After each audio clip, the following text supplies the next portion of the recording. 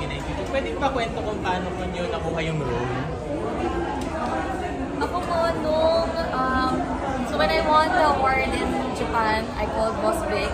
Sabi ko, boss, I won. Sabi niya, congratulations at dahil dyan, meron kong project. And it's called I Love You Since 1892. And so I did my research and I was so excited to work on this project. So yun. Ako hindi ko alam.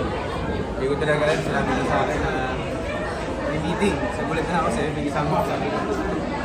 Wait! Totoo. Sabi ko lang baka mali po kayo ng pinapresent.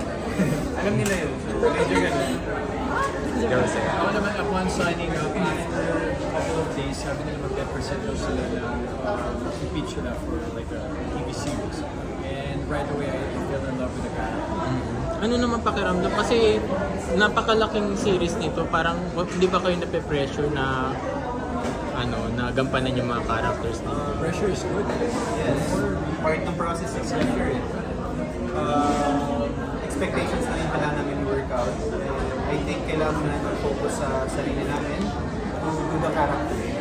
Kasi kahit pa paano i-aware na ako personally, kung i-aware na masyado sa sarili ko sa mga nangyayari at all, baka hindi na ako mag-focus sa work, hindi na ako sa expectations. Same naman. Same. Ganun din naman ako, lagi naman may pressure. Kahit naman video at father on, lahat naman ng proyekto may pressure. And so, basta kailangan mo lang galingan and just really be, be sensitive to the people that you're with. Nung hindi pa napupunta sa inyo itong I Love You, meron na ba kayong mga idea? May mga background na ba kayo tungkol dito? Hindi. I've never read any Wattpad book. Wala. So yun, wala rin. So paano nyo pinaghandaan yung mga characters nyo dito? Pinasend ko agad yung Wattpad. So I mean, muna sa plane na ako, tapos binabasa ko na rin siya. So ang ganda. I fell in love with it. Umiyak ako, tumawa ako, kinilig ako, malungkot ako. So it's very good. Script ba yung binasa nyo? Libro. Kasi wala pang script ng mga panahon na yun. I think we're so privileged na meron kaming libro na reference namin kasi nandun lahat yun, lahat ng tanong mo, lahat ng explanation nandun lahat. So, yeah, we're lucky na meron kaming binabalik-balikan kung meron kaming mga questions about the characters. And I believe it's 27 shooting days, Wow! More. More. For the production, 30. May insider ka, Insider talaga yan. Yeah. Pero kasi di ba halos kayong dati naman first time niya rin naka-work si Direk Mac Alejandre na noon din naman sa paggawa ng mga historical projects. May pressure din ba sa inyo kasi award-winning and international rin naman taga si Direk Mac? Lagi may pressure to be working on something new. Lalo na batikan na sa industriya. And I think iset aside natin yung mga awards and yung nagawa. But the fact na tumagal sa industriya, it means ang laki ng knowledge niya, experience, at syempre yung maitutulong niya sa'yo. Alam yun, as a co-actor, an actor din yun. So ako, excited kasi the fact na talaga sabi nilang isa siya, sabi ko, wow, madami ako matutunan. Ako naman ang na-discover ko sa pressure. Pansin nyo, kapag may pressure, mas ginagawa niyo yung best. Kasi pag masyadong relax, anong dating mo, diba? So I really think pressure is good kasi it's gonna push you to really squeeze. Kung ano yung meron ka, minsan sa pressure na yan, may nadidiscover ka sa sarili mo na, kaya ko pala ito, meron pala ako nito. So yeah, we're so excited to work with Nakapagsimula na ba kayo ng taping? Naka 2 days na kami nila Direk Mac. So, nung unang araw talagang nangangapa pa ako kung paano sa Direk Mac. Pero, grabe, sobrang good vibes nila. Sobrang galing niya. Alam niya kung anong gusto niya per scene. And so, guided ka talaga. And the best part, si Direk is very passionate. So, I think it's quite rare to find a director like that na pag kinausap ka, alam mo yung energy, ramdam mo agad eh. Parang parte talaga siya ng casting. Kanya yung proyekto eh. Yeah, parang nag-brainstorm na agad kayo. It's a collaborative work talaga. And that's why sobrang swerte namin na si Direk mag-handle ng project. Okay,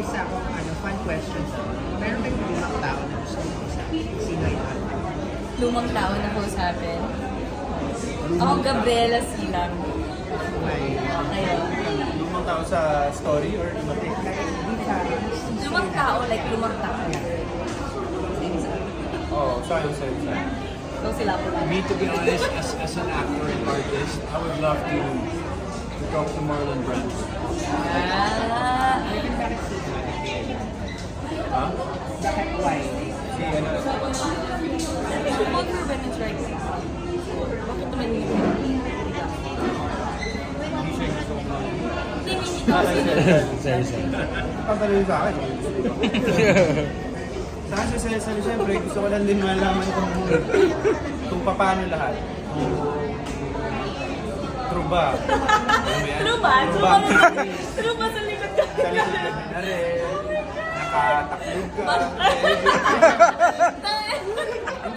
Pero siyempre, gusto kong itanong lahat ng mga kasaysayan na alam mo, ako kasi may pananaw ako na nababago lahat. As years pass, nababago lahat yan.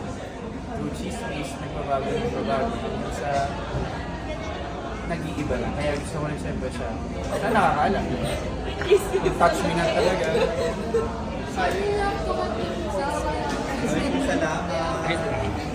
Pwede isa pa. Intriga question.